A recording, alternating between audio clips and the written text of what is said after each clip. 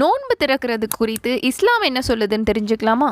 நோன்பு திறக்கிறதுக்கு இஸ்லாத்தில் இஃப்தார் அப்படின்னு சொல்லுவாங்க.